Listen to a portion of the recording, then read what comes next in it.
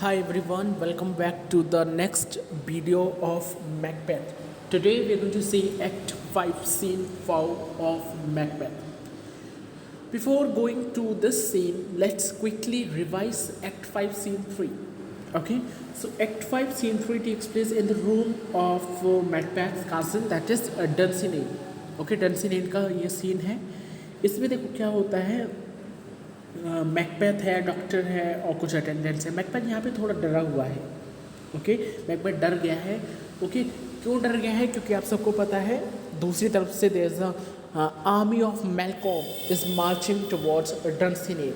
मतलब मैकबेथ के जो लाइक कैसल है, पैलेस है मैकबेथ का डंसिनेन, उस पे आक्रमण करने के लिए, उस पर अटैक करने के लिए कौन आ रहा है? मैलकॉम की आर्मी आ रही है. मैलकॉम के साथ कौन कौन है? Lennox, Ross, Angus. Okay,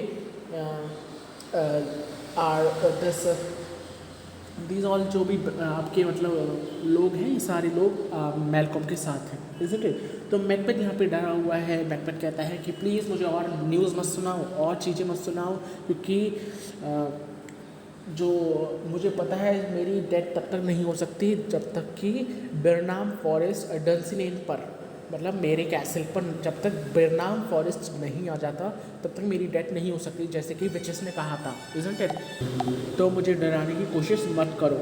okay, तो मैकबेथ यहाँ पे बहुत अच्छी स्पीच बोलते हैं दैट कोई भी मुझे लाइक जैसे कि विचेस ने कहा था कि डरो मत मैकबेथ, कोई भी तुम्हें, मतलब बी ट्रेचरस, मतलब गद्दार बने रहो, मक्कार बने रहो, क्योंकि कोई भी तुम्हें नहीं मार सकता जब तक कि डंसिनेन पे बिरनाम बुट्स नहीं आ जाती. ओके, नेक्स्ट यहाँ पर एक सर्वेंट की एंट्री होती है. देन सर्वेंट डरा हुआ होता है ना, वो एक तरीके से प्रिकॉशन प्रिकॉशन देना चाहता है मैकबेथ को, है ना. तो मैकबेथ उससे भी चिल्ला देता है कि जाओ तुम डरपोक गूज, है ना, इस तरीके से कि यू आर द फ्राइटेंड गूज, तुम उसकी तरह हो जैसे कि एक बत्तख नहीं होती है डरी हुई, है ना, तुम उसकी तरह हो, तुम बहुत डर चुके हो. कि तो सर्वेंट कहता है कि 10,000 लोग आ रहे हैं, मतलब दे आर 10,000 पीपल, 10,000 लोग आ रहे हैं हमारी तरफ. ओके, देन मैकबेथ को लगता है वो किसकी बात कर रहा है? बत्तखों की बात कर रहा है, गूज की बात कर रहा है. तो कहते हैं क्या गूज आ रहे हैं? ओके, सर्वेंट सेड दैट गूज नहीं, सोल्जर्स सर, सोल्जर्स आ रहे हैं, है ना. तो मैकबेथ जो है वो क्या कहता है कि जाओ और अपने फेस को इतना प्रिक करो, नेल से, नेल मतलब कील से इतना प्रिक करो अपने लाइक फेस को, कि जिससे कि ये जो वाइट फेस है डर की वजह से तुम्हारा फेस जो वाइट हो गया है वो रेड हो जाए ड्यू टू योर ब्लड. तुम्हारा मतलब ब्लड निकलने लगे और तुम्हारा जो वाइट फेस है वो कैसा हो जाए? रेडन हो जाए. ओके, रेड हो जाए. जाओ तुम इतना अपने लाइक प्रिक करो अपने स्किन को, इज़न्ट इट? दैन सर्वेंट जो है वो कहता है कि जो इंग्लिश आर्मी है वो हमारी तरफ बढ़ रही है, मतलब इंग्लैंड की जो आर्मी है मैलकॉम के साथ हमारी तरफ बढ़ रही है. अब मैकबेथ यहाँ पे कहता है कि यहाँ से चले जाओ, मतलब यहाँ से चले जाओ. तभी मैकबेथ सेटन से कहता है, Seyton is the attendance of Macbeth, क्योंकि मैकबेथ का एक आप कह सकते हैं अटेंडेंट्स है. ओके, तो सेटन से कहता है कि सेटन से कहता है सेटन मैं बहुत डर चुका हूँ, मतलब मैं बहुत ज़्यादा डरा हुआ हूँ. या तो इस युद्ध में, इस वॉर में, या तो मेरी सक्सेस हो जाएगी और या फिर मेरी मौत हो जाएगी. दोनों में से एक परिणाम हो सकता है, दोनों में से एक कॉन्सिक्वेंस हो सकते हैं. या तो मेरी मौत हो जाएगी या फिर मैं जी जाऊँगा, इज़न्ट इट? मैं बहुत डर चुका हूँ. ओके, देन मैकबेथ सेज कि ये जो पाथ मैंने लाइफ का चुना है ये मुझे कहाँ तक ले जाता है? तबाही तक ले जाता है, डिस्ट्रक्शन तक ले जाता है. ये जो मैंने पाथ लाइक चुना है अपनी सक्सेस का, मतलब क्या पाथ चुना है? लोगों को मारने का. इसने क्या पाथ चुना था अपनी सक्सेस का? लोगों को मारने का. पहले डंकन, फिर 2 गार्ड्स, फिर बैंक्यो. ओके, फ्लेंस को मारने की कोशिश की गई थी. ओके, और किससे मारने की कोशिश की गई थी? किसे मारा था? इसके मैकटफ के बेबी और मैकटफ की वाइफ को मारा था, इज़न्ट? इतने सारे लोगों को मारा था इसने.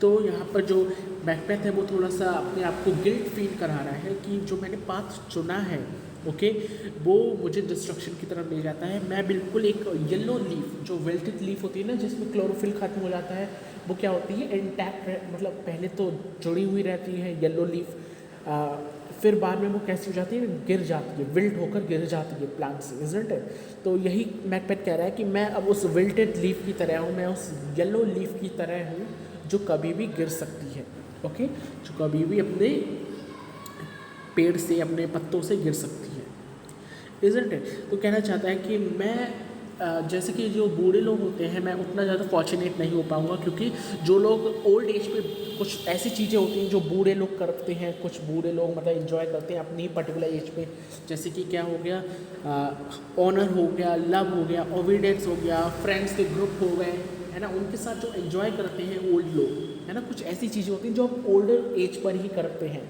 तो यही कहना चाह रहे हैं मैकबेथ कि मैं इस चीज़ों को एंजॉय नहीं कर पाऊँगा, ओके, क्योंकि जो लोग हैं वो मुझे कर्स करेंगे, मुझे श्राप देंगे, मुझे बद्दुआएँ देंगे, ओके, भले ही वो अपने मुंह से बद्दुआ ना दें, पर अपने मन से मुझे ज़रूर श्राप दिया करेंगे, ओके। मेरे सामने तो लोग खुश रहा करेंगे, बट मेरे पीछे सब कर्स किया करेंगे मुझे।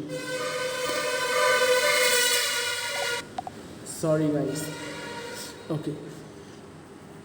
तो ये सारी चीज़ें वो सेटन से कहता है मैकबेथ, और फिर यहाँ पर सेटन एंटर करता है। सेटन कहता है आप क्या चाहते हैं किंग, इस तरीके से काफ़ी ज़्यादा बातें होती हैं इन लोगों के बीच में। तभी सेटन जो है वो कहता है दैट जो आपने कहा था वो सारी चीज़ें प्रूव हो रही, मतलब इसी तरीके जो लोग हैं, ओके, जो आपने पहले कहा था वो सारी चीज़ें जो है वो प्रूव हो रही है। देन मैकबेथ सेज कि मैं तब तक लड़ूंगा जब तक कि मेरे शरीर से ये जो फ्लैश है ये ख़त्म नहीं हो जाता, इज़न्ट इट। इस तरीके की काफ़ी ज़्यादा, मतलब आपने मैकबेथ की स्पीच सुनी होगी, मैं पूरा लाइक सीन तो नहीं समझा पाऊँगा क्योंकि थोड़ा बड़ा सीन है, इज़न्ट इट।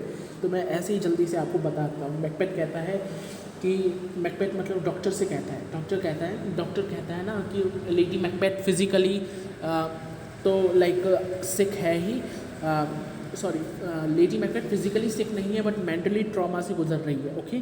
उसे काफ़ी ज़्यादा हेलुसिनेशन आती है, तो वो जो हेलुसिनेशन है वो उस लेडी मैकबेथ को नींद से, मतलब उसे सोने नहीं देती, इज़न्ट इट।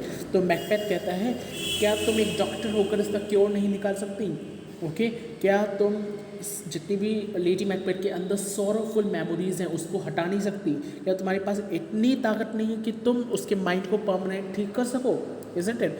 उसके जो लाइक जितने भी ड्रेडफुल मूवमेंट्स हैं उन्हें स्वेटिंग कर सको, उन्हें अच्छे मूवमेंट्स में कन्वर्ट कर सको, इज़न्ट इट। डॉक्टर कहते हैं ये तो उसे खुद करना होगा, मतलब इसमें मैं उसकी कोई मदद नहीं कर सकती, उसे खुद करना होगा।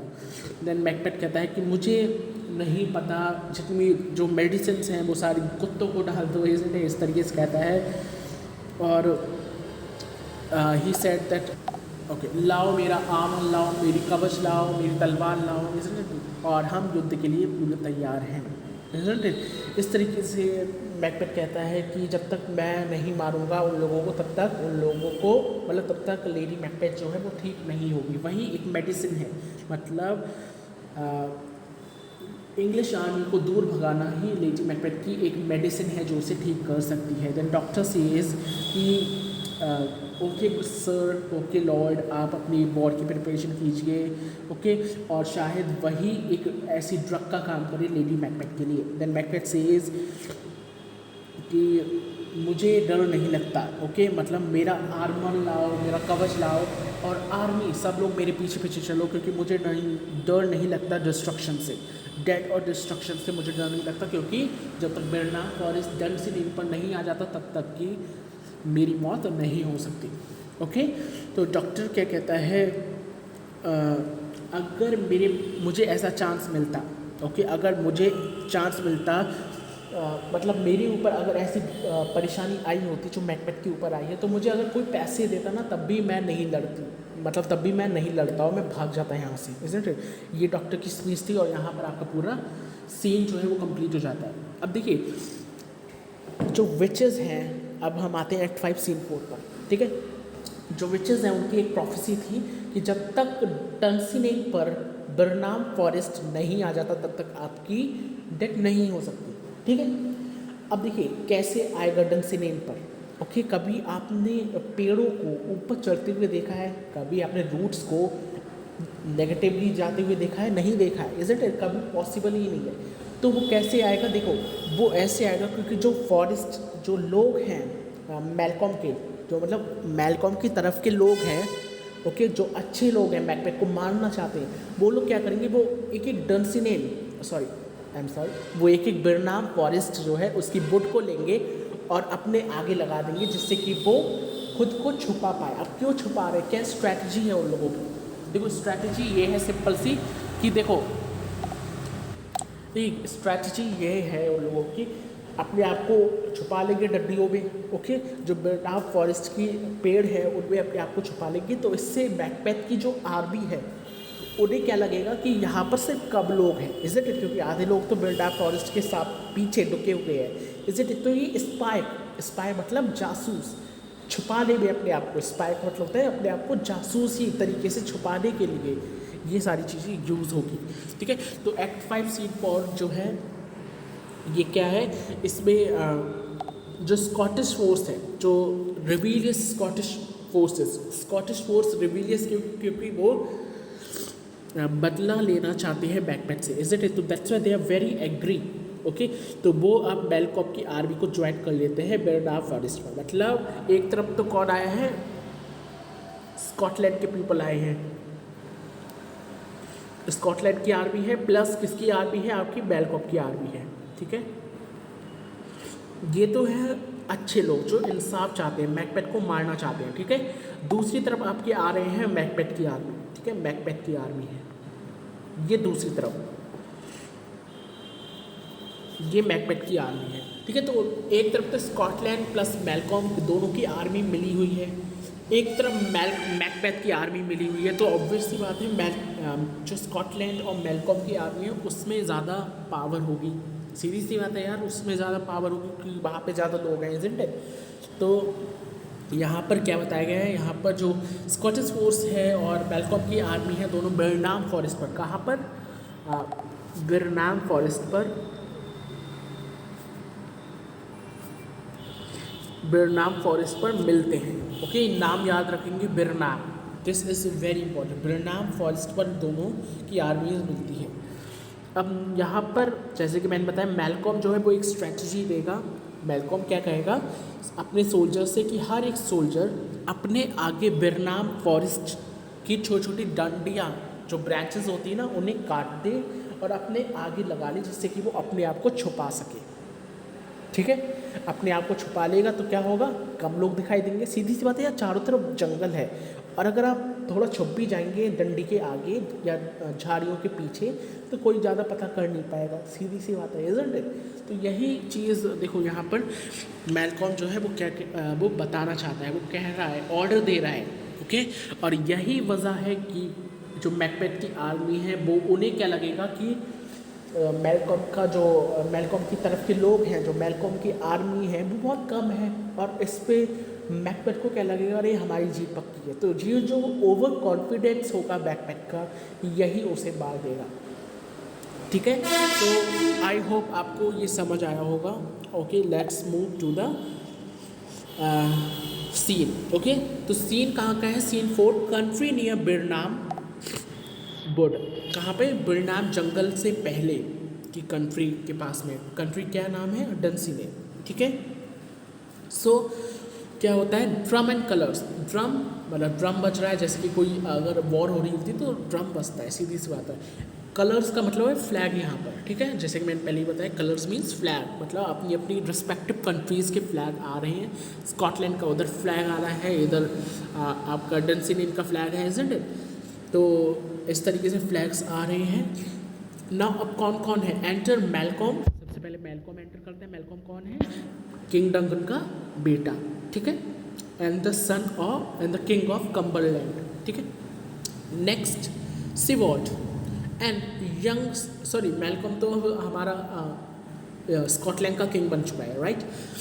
तो मेलकॉम आ चुका है, सिवॉल्ड आ चुका है, यंग सिवॉल्ड है। सिवॉल्ड एंड यंग सिवॉल्ड कौन है? दोनों ही देखो, सिवॉल्ड भी एक वॉरियर है, ठीक है, एंड यंग सिवॉल्ड सिवॉल्ड का बेटा है, ठीक है।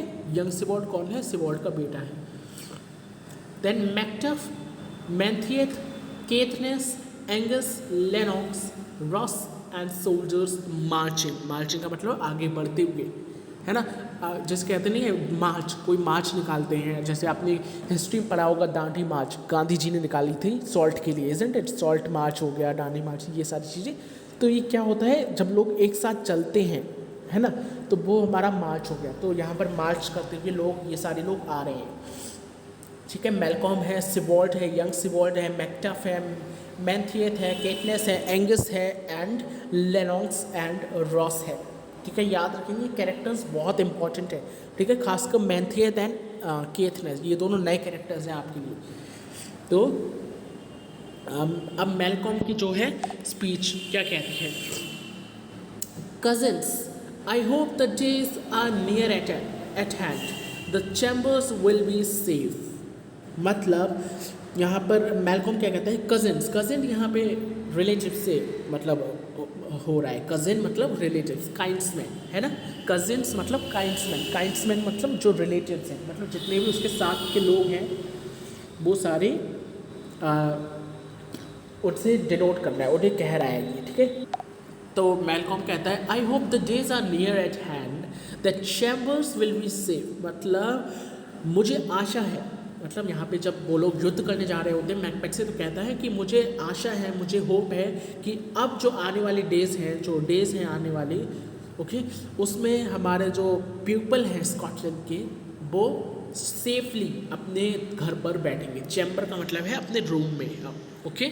चैम्बर है रिफर्स टू होम, मतलब कहना चाह रहे हैं कि अपने अपने घरों में सारे लोग अब खुशी से और शांति से रहेंगे, क्योंकि अब किसी का कोई डर नहीं रहेगा। देखो पहले के टाइम पे क्या होता था, जब मैकबेथ किंग बना था तो सब लोग बहुत डरते थे, इज़न्ट इट, मैकबेथ से, कि because he was a tyrant.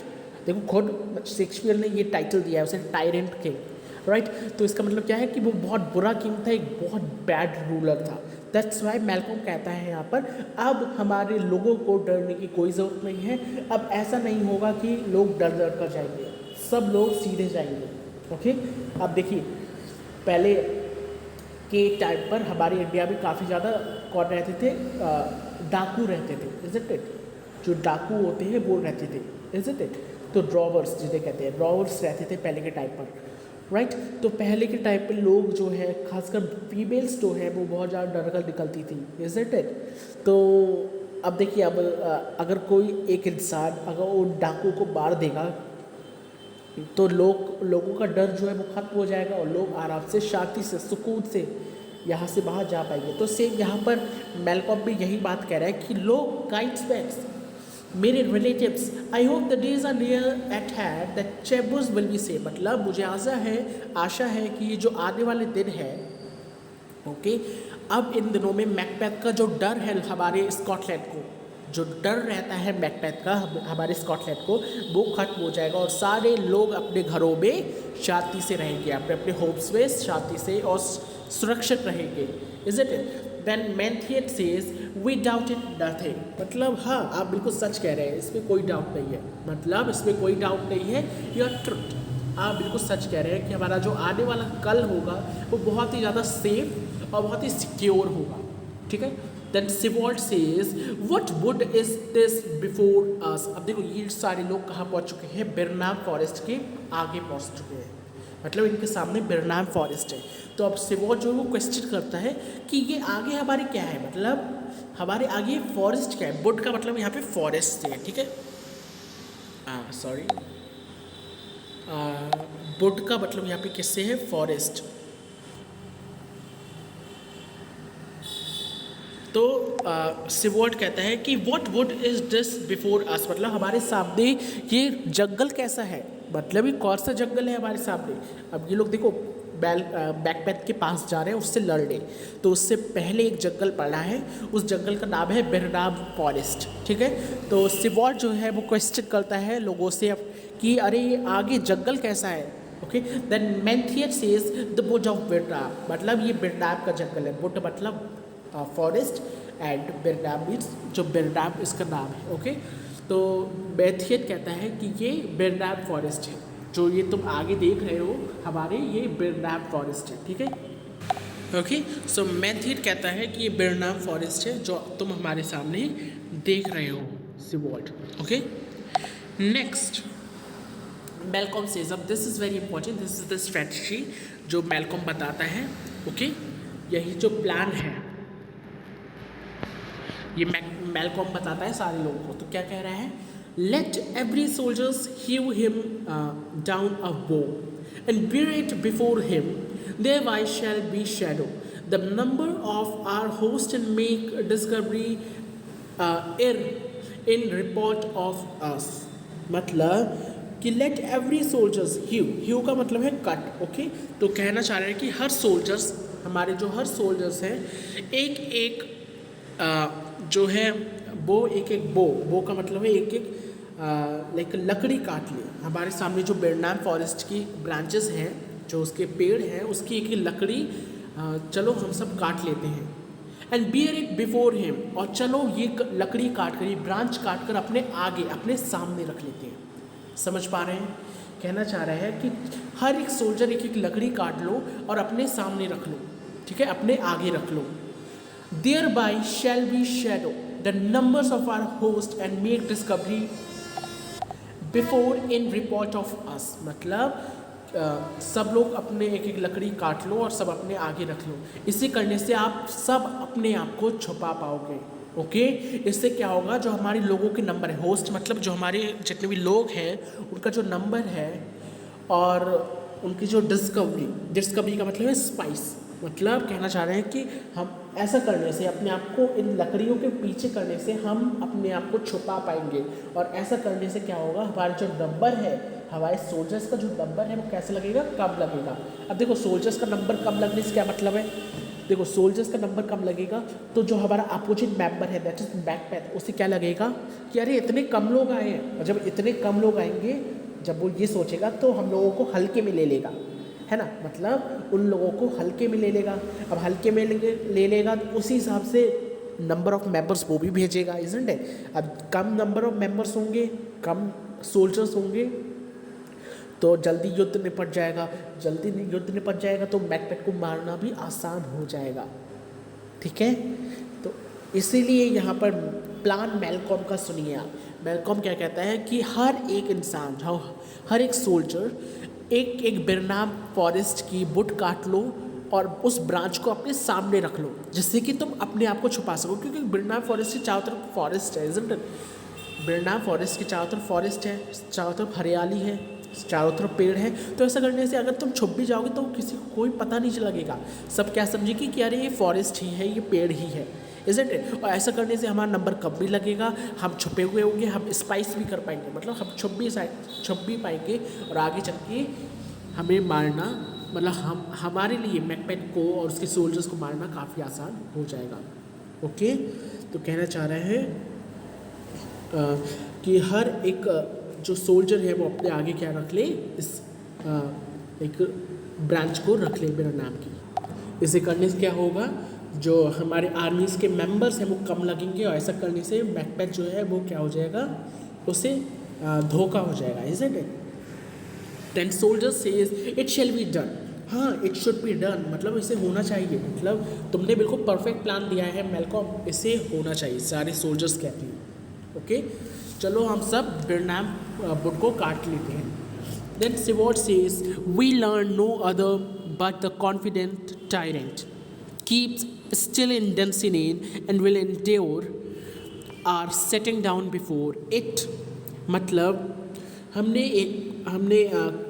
सिर्फ एक न्यूज़ सुनी है, मतलब we learn no other but the confident tyrant, मतलब हमने कोई न्यूज़ नहीं सुनी, कोई और रिपोर्ट, कोई और न्यूज़ हमारे पास नहीं आई है। सिर्फ इतनी न्यूज़ आई है कि जो ओवर कॉन्फिडेंट मैकबेथ है, मतलब जो बहुत ज़्यादा कॉन्फिडेंट रहने वाला मैकबेथ है, वो अभी भी डंसिनेन फॉरेस्ट में है। ओके, वो अभी भी डंसिनेन फॉरेस्ट में है, और ऐसा करके उसने क्या अलाउ किया है, उसने हमारे जो सोल्जर्स हैं उन्हें अपने कैसल में कैप्चर करने के लिए, मतलब कहना चाह रहे हैं कि जो मैकबेथ है वो अभी भी कहाँ पर है, डंसिनेन में है, डंसिनेन अपने कैसल में है। ओके, और उसने लाइक और हमारे सोल्जर्स को पकड़ने की, हमारे जो सोल्जर्स हैं उन्हें पकड़ने के प्लान्स, उन्हें उन प्लान्स को बना रहा है। ठीक है, then Malcolm says that this this is his main hope, for where there is advantage to be given, both more and less have given him the revolt, and none serve with him but constrained things, whose heart are absent too। मतलब यही उसका main hope है, मतलब यही वो चाहता है, वो यही चाहता है कि हम लोग जो है वो उसके लाइक महल में आक्रमण करें और जिससे कि वो हम सबको कैप्चर करके हमें पकड़ सके। मतलब उसका ये मेन स्ट्रैटेजी है, उसकी ये मेन प्लान है। ठीक है, for where there is advance to give in, मतलब जब भी वो लोग अपने थेन को, जब भी मैकबेथ अपने थेन्स को या अपने सोल्जर्स को लाइक मतलब मैल्कॉम कहता है यही वो चाहता है, यही उसका मेन होप है। Okay, and for where there is advantage to be given, both more and less have given him the report, and none serve with him but constrained things whose heart are absent too।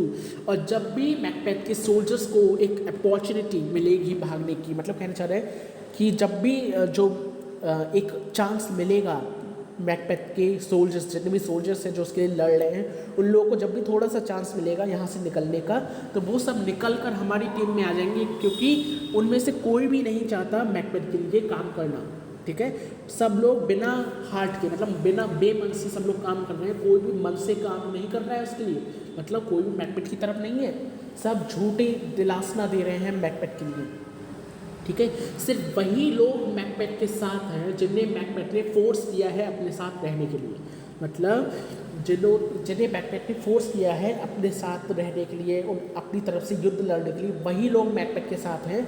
Okay, और बिना heart के, okay, मतलब बेमन से कह सकते हैं आप, बिना मन के वो लोग युद्ध लड़ भी रहे हैं मैकबेथ के लिए। पर मुझे पता है अगर उन लोगों को थोड़ा सा टाइम मिलेगा, अगर वो थोड़ा सा सही अपॉर्चुनिटी देखेंगे, मैकबेथ को हारता हुआ देखेंगे या कैसे भी देखेंगे, तो वो वहाँ से निकल आएंगे और हमारी टीम में अटेन हो जाएंगे, हमारी टीम में ज्वाइन हो जाएंगे। ओके, तो एंड नॉन